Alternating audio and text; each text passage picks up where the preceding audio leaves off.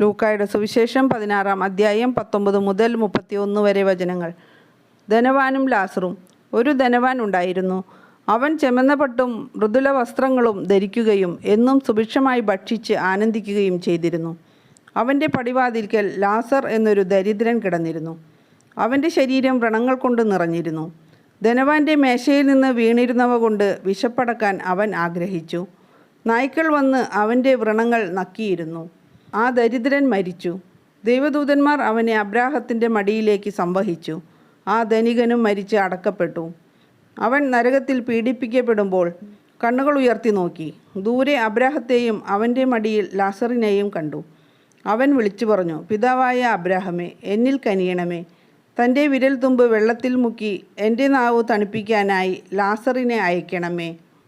ഞാൻ ഈ അഗ്നിജ്വാലയിൽ കിടന്ന് യാതന അനുഭവിക്കുന്നു.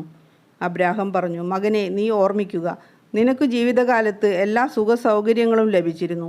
ലാസറിനോ കഷ്ടതകളും. ഇപ്പോൾ അവൻ ഇവിടെ ആനന്ദിക്കുകയും നീ വേദന അനുഭവിക്കുകയും ചെയ്യുന്നു. കൂടാതെ ഞങ്ങൾക്കും നിങ്ങൾക്കും മധ്യേ ഒരു വലിയ ഗർത്തവും സ്ഥാപിക്കപ്പെട്ടിരിക്കുന്നു. ഇവിടെ നിന്ന് നിങ്ങളുടെ അടുത്തേക്കോ അവിടെ നിന്ന് ഞങ്ങളുടെ അടുത്തേക്കോ വരാൻ ആഗ്രഹിക്കുന്നവർക്ക് അത് സാധിക്കുകയില്ല.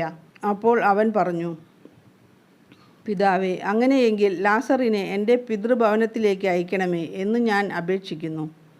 എനിക്ക് 5 സഹോദരന്മാരുണ്ട്. അവരും പീഡകളുടെ ഈ സ്ഥലത്ത് വരാതിരിക്കേണ്ടതിന് അവൻ അവർക്ക് സാക്ഷ്യം നൽകട്ടെ.